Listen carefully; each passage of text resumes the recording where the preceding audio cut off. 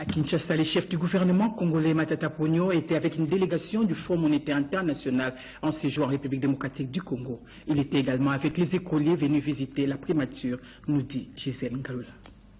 Le Premier ministre de la RDC et la délégation du FMI ont passé en revue le tas de relations entre Kinshasa et cette institution de Bretton Woods. L'engagement de deux parties de poursuivre la coopération au triple plan, de l'assistance technique, du renforcement des capacités et de la surveillance financière a été principalement évoqué. Les chapitres se complètent avec les lobbying attendus par le Premier ministre Matata de ses hôtes sur les exploits et performances réalisés par la RDC concernant l'indice de développement humain et les cadres macroéconomiques. Peu avant, le chef du gouvernement a reçu les enfants de l'école maternelle Loupio dans le cadre de la journée porte ouverte. Au total, 240 écoliers, dont 13 de la crèche, âgés de 2 à 6 ans, ont été à l'honneur.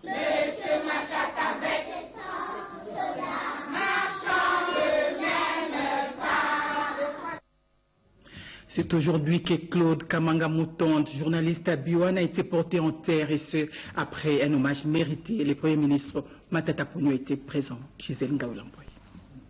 La veille de sa prestation autour des décryptages de la vie de la nation, le Premier ministre Matata avait appris la triste nouvelle de la disparition d'une des meilleures voix radiophoniques des médias congolais.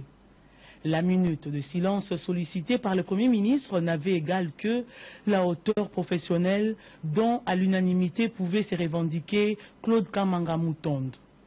Mais depuis d'abord, chers amis de la presse, je voudrais saluer la mémoire de l'un des vôtres, et regretter Claude Kamanga Moutonde, que vous avez tous connu, qui a parfois des moments comme celui-ci était avec vous dans la salle, qui est un homme brillant, un homme de qualité, mais qui nous a quittés par la force des choses.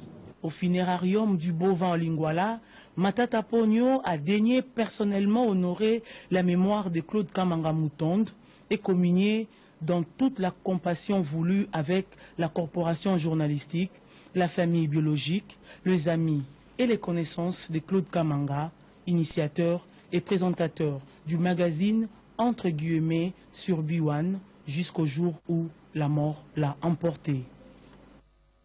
Que son âme repose en paix. Le ministre d'État et ministre de la décentralisation Salomon Banamouéré a échangé avec le gouverneur de la province orientale Jean Bamanissa Saïdi en séjour à Kinshasa. Mireille Ndeke pour les reportages. Les provinces sont les acteurs clés de la décentralisation. Ce mode de gestion étant un processus doit être encadré. Cette réforme nécessite le renforcement de capacités de l'administration avec l'engagement des uns et des autres.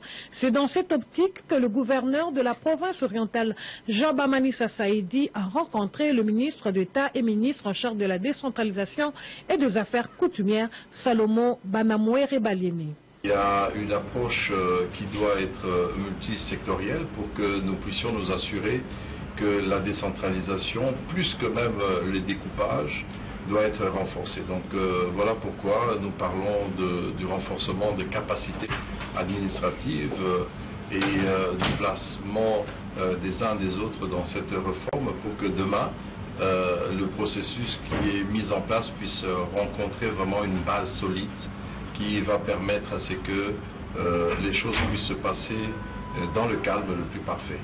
Parlant de l'autoprise en charge, le gouverneur de la province orientale a fait de l'agriculture une priorité pour sa province. Nous avons lancé un appel à candidature pour avoir des partenaires privés, mais nous sommes aussi tout à fait demandeurs au gouvernement central pour nous donner les moyens, nous aider à mettre cela en place.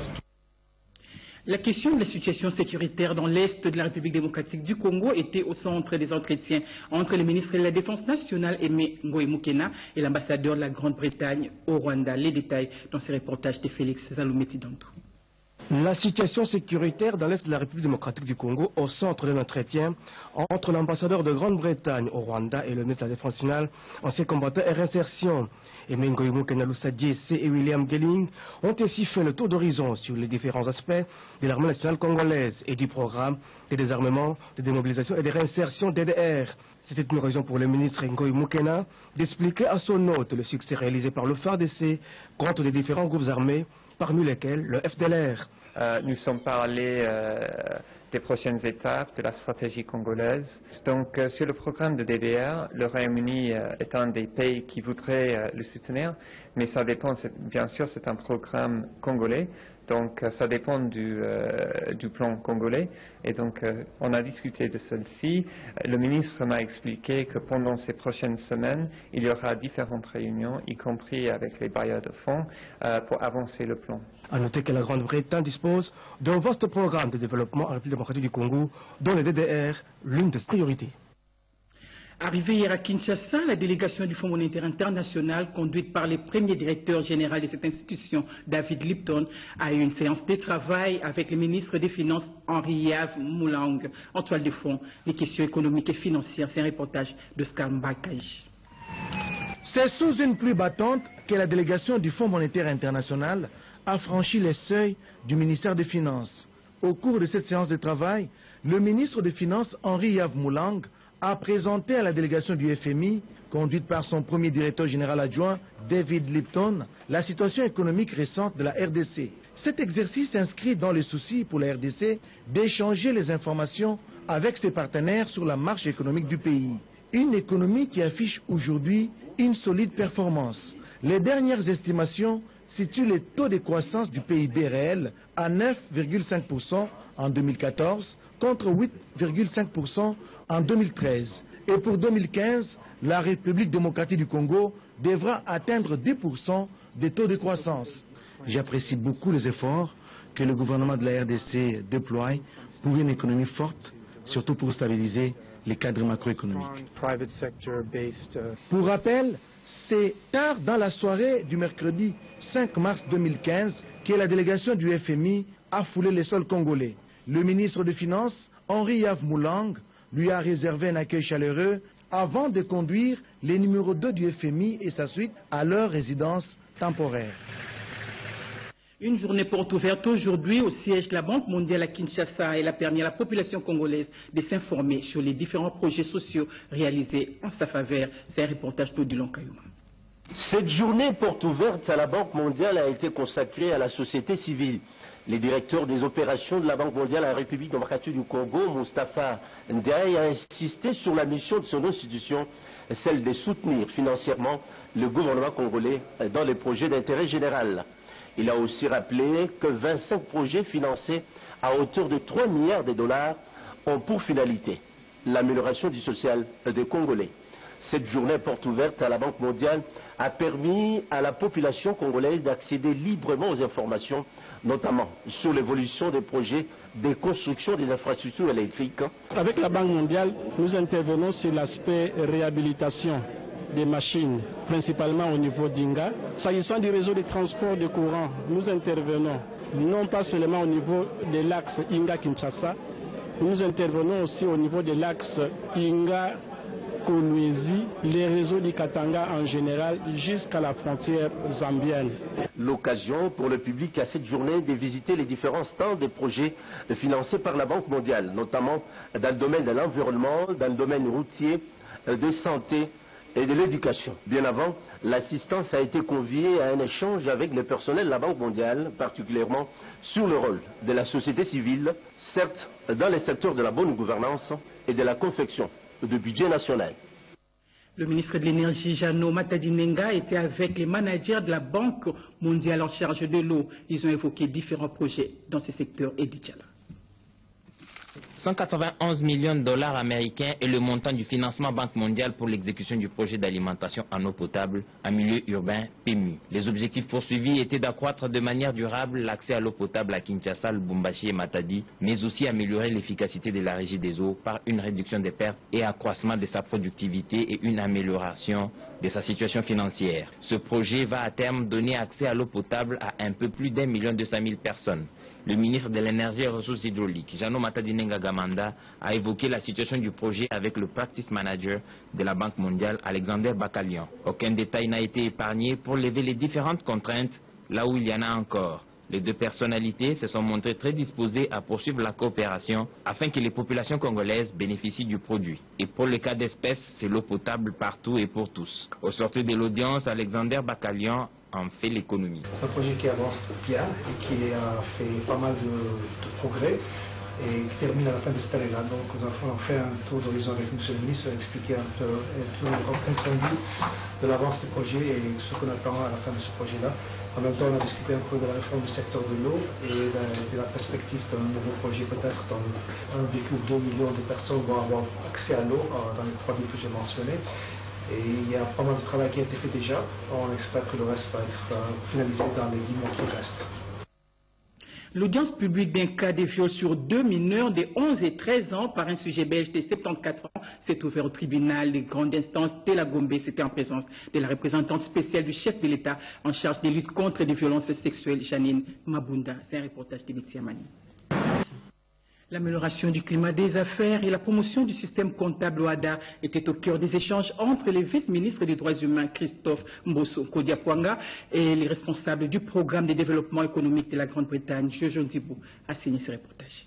Délégation du programme du développement économique Flexible Facility du Royaume-Uni en RDC a franchi le portillon du ministère de la Justice, Garde des Sceaux et Droits Humains ce vendredi 6 mars 2015 sous une fine pluie battante.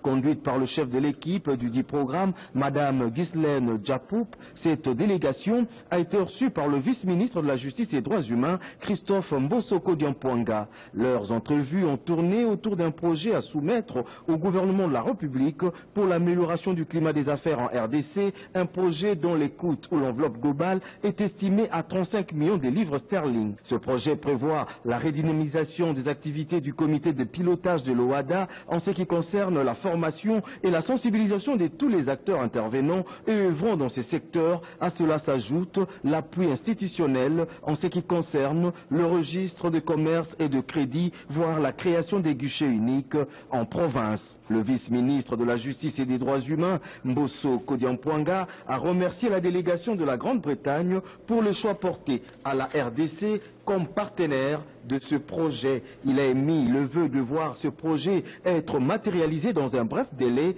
avec la mise en place d'une commission d'études, tout en insistant sur le volet formation des hommes d'affaires et des étudiants dans les différents instituts supérieurs et universitaires dans le cadre du renforcement de la coopération entre nos deux pays.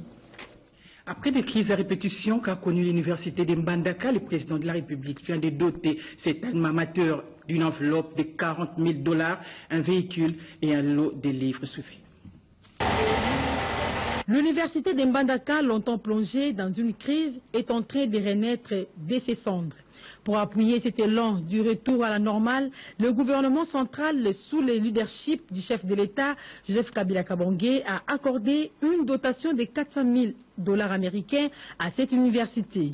Bonne gouvernance oblige. Le recteur de l'UNIMBA, le professeur ordinaire Michel Mbambi, a présenté à la communauté estudiantine un lot d'ouvrages de haute portée scientifique pour garnir la bibliothèque pillée lors des récents événements. Le recteur Mbambi a présenté la Jeep Nissan 4x4 Ploma 9 achetée sur le fonds gouvernemental. Ensuite, le professeur ordinaire Mbambi a donné le go des travaux de construction d'un amphithéâtre de 500 places. Le cadre servira à diverses cérémonies, notamment les collations des grades académiques et les conférences. L'occasion pour le recteur de réitérer les hommages au chef de l'État. Je voudrais vous dire que cette dotation constitue une exception. Ça n'arrive pas tous les jours que le gouvernement mette à la disposition d'une université, d'un institut supérieur, d'une dotation. Mais c'est parce que la situation de l'UNIMBA était à un moment donné présentée comme une situation exceptionnelle. Par ailleurs, l'objectif du nouveau comité de gestion est de faire de l'UNIMBA une université normale. Le journal des reporters va redémarrer demain samedi à 16 h sur la télévision nationale congolaise dans une présentation de Fabrice Wanzengi Djokoli. Suivez son générique.